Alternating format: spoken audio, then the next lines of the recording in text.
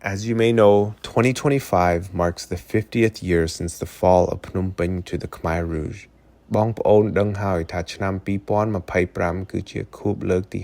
50ចាប់តាំងពីការដួលរលំនៃទីក្រុងភ្នំពេញទៅក្នុងដៃពួកខ្មែរក្រហម followed by foreign occupation and more civil unrest បន្ទាប់មកគឺការចូលកាន់កាប់ឈ្លានពានរបស់បរទេសនិងភាពចលាចលមានសង្គ្រាមស៊ីវិលធ្ងន់ធ្ងរ Millions of our people died in this dark era of Khmer history ប្រជាជនរាប់លានអ្នកសាច់ឈាមរបស់យើងបានស្លាប់នៅក្នុងសម័យកាលខ្មៅងងឹតនៃប្រវត្តិសាស្ត្រខ្មែរនេះ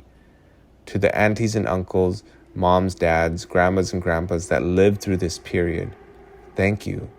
ចំពោះមីងពូម៉ាក់ប៉ាយាយតាដែលបានរស់នៅឆ្លងកាត់សម័យកាលនេះសូមអរគុណ We will never forget your courage and resilience. យើងនឹងមិនភ្លេចភាពក្លាហាននិងភាពធន់របស់អ្នកឡើយ It is because of you we are here today. ដោយសារអ្នកទើបយើងនៅទីនេះសប្តាហ៍នេះ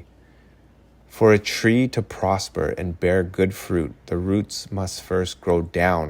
before they can grow up. ដើម្បីឲ្យដើមឈើចម្រើនលូតលាស់និងបង្កើតផ្លែផ្កាល្អឬត្រូវការដោះមកក្រោមមុនពេលវាអាចដោះឡើងបាន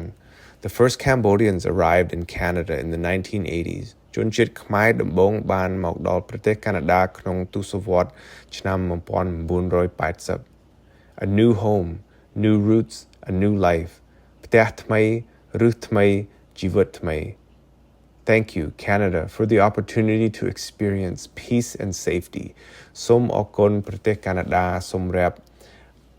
ឱកាសដើម្បីទទួលបានសេរីភាពនិងសុវត្ថិភាព As Khmer people, there is a deeper root. ក្នុងនាមជាប្រជាជនខ្មែរមានឫសជ្រៅជាងឆ្ងាយ Khmer civilization is 2,000 years old. អរិយធម៌ខ្មែរ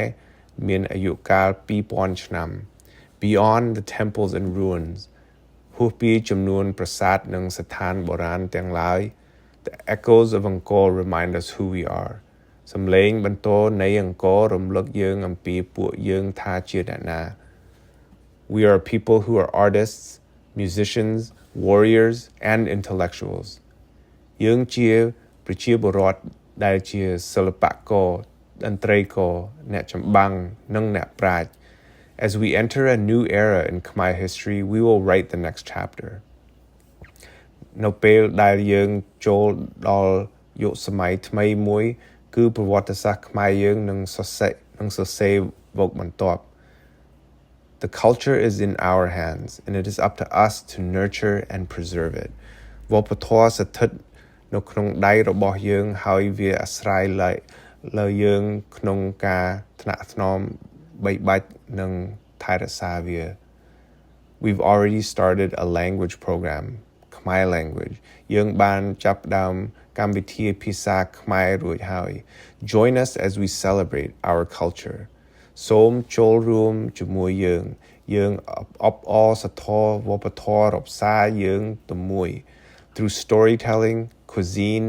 music, classical dancing, martial arts, and membership. ការនិយាយនិទានរឿងម្ហូបអាហារតន្ត្រីរបាំបុរាណក្បាច់គុននិងការប្រក្សាយោបល់ so that nobody can take our culture and history away from us ever again ដើម្បីកុំឲ្យអ្នកណាម្នាក់អាចព្យាយាមយកប្រវត្តិសាស្ត្រនិងវប្បធម៌របស់យើងចេញពីយើងបានទៀតទេ The echoes of Angkor speak to us កូនខ្មែរ You are beautiful សំឡេងបន្ទរនៃអង្គរនិយាយមកខាងយើងកូនខ្មែរអ្នកពិតជាស្រស់ស្អាត